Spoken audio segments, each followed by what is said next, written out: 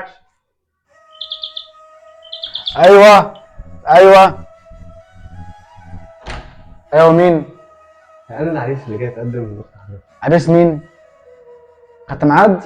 اتكلمت معانا في التليفون؟ اختي مكلمه حضرتك ان انا جاي اتقدم لاختي. محدش كلمني.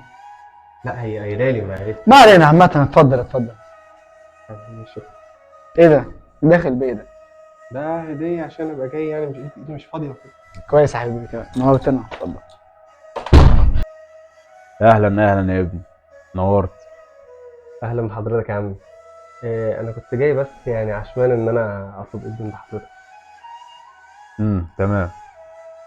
هي كلمتني عنك على فكرة، بس انا كان ليا شوية طلبات. انا جاهز يا عم من كل حاجه، يعني شوف طلبات حضرتك ايه وانا تحت امرك. بس هي المفروض تكون حكت لك على ظروفي شويه ودنيتي عامله ازاي الفتره دي، يعني اتمنى تكون حضرتك فاهم من قصدي ايه. ظروفك. انا هسألك سؤال واحد قبل ما ابدأ انا بطلباتي ليك. هل تقدر تعيشها في المستوى اللي هي عايشة فيه دلوقتي ولا ما تقدرش؟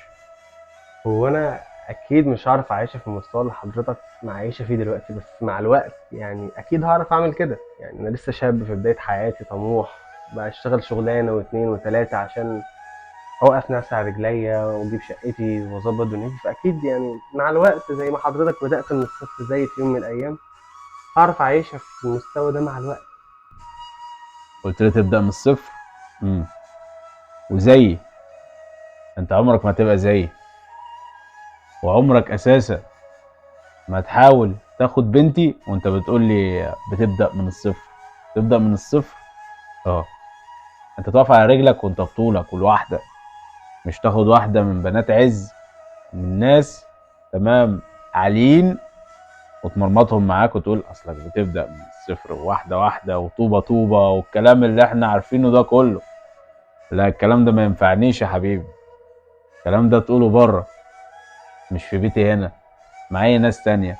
شوف بنت من توبك، بلا حب بلا بتاع.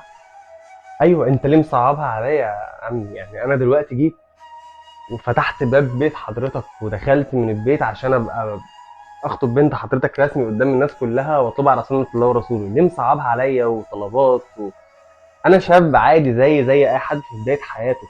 طب ما يعني عندك ابن حضرتك ما هو من سني، يعني ايه المشكلة ان ابن حضرتك من سني وقاعد واكيد هو عارف انا حاسس بايه. وانت بقى قبل ما تيجي ما سألتش علينا؟ وانت داخل ما شفتش شكل البيت اللي احنا عايشين فيه؟ ما شفتش نوع العربيات اللي موجودين تحت؟ مشكلة بقى انك جاهز او مش جاهز دي حاجة ترجع لك انت. كافح من صغرك، انا كافحت من صغري. حكاية ان انت لسه خريج ولسه بتكون نفسك حاجة ترجع لك انت، ما ترجعش لنا احنا. ان اختنا بتتدائل دهب وبزيادة، فانا شايف انك ما ينفعش.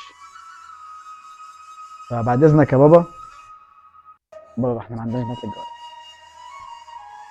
اتفضل. هو انت شايف نفسك مين؟ هو انت ايه عشان تتكلم اصلا عن اي حاجه تبعي واي حاجه تبع؟ انت اصلا معاك، انت اللي معاك ده ابوك مدولك في ايدك. انت مولود في معلقه ده في بقك. انت لو عارف وفاهم يعني ايه شاب بيكافح في حياته مش هتقول كده. انت ما تعرفش حاجه. انت واحد جيت بابا انا نازل من البيت، خد يا حبيبي خد يا حبيبي، ده اللي انت عشته. عشت انت ايه؟ تربط على نفسك فين في حياتك؟ وانت يا حاج شايف نفسك ايه؟ انت كنت زي في يوم من الايام. واحده زي بنتك دي بتحبني، انا ذنبي؟